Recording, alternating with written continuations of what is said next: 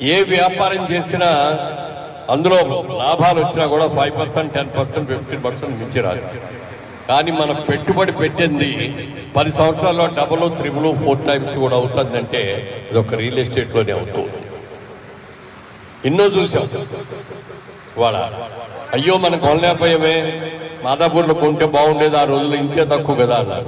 కానీ దీని గురించి ఆలోచించి ఇక్కడ కొనండి. ఇప్పుడు కొన్న వాళ్ళందరూ కూడా అదృష్టమవుతున్నాయి. చాలా రేట్లు పెరుగుతాయండి. పైగా ఎంటర్ అవగానే ఎంత బ్యూటిఫుల్ గా ఉన్నాయి లోపల రోడ్స్ అన్ని కూడా. తిరుగులేదు. ఈ బయట రోడ్డు కూడా ఏ వ్యాపారం చేసినా అందులో లాభాలు వచ్చినా కూడా 5%, 10%, 15% మించి రాదు. కానీ మనం పెట్టుబడి పెట్టింది 10 సంవత్సరాల్లో డబుల్, 3, 4 టైమ్స్ కూడా అవుతుందంటే ఇది ఒక రియల్ ఎస్టేట్లోనే అవుతుంది. ఎన్నో చూసాం.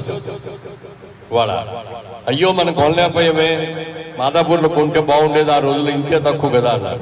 కానీ దీని గురించి ఆలోచించి ఇక్కడ కొనండి.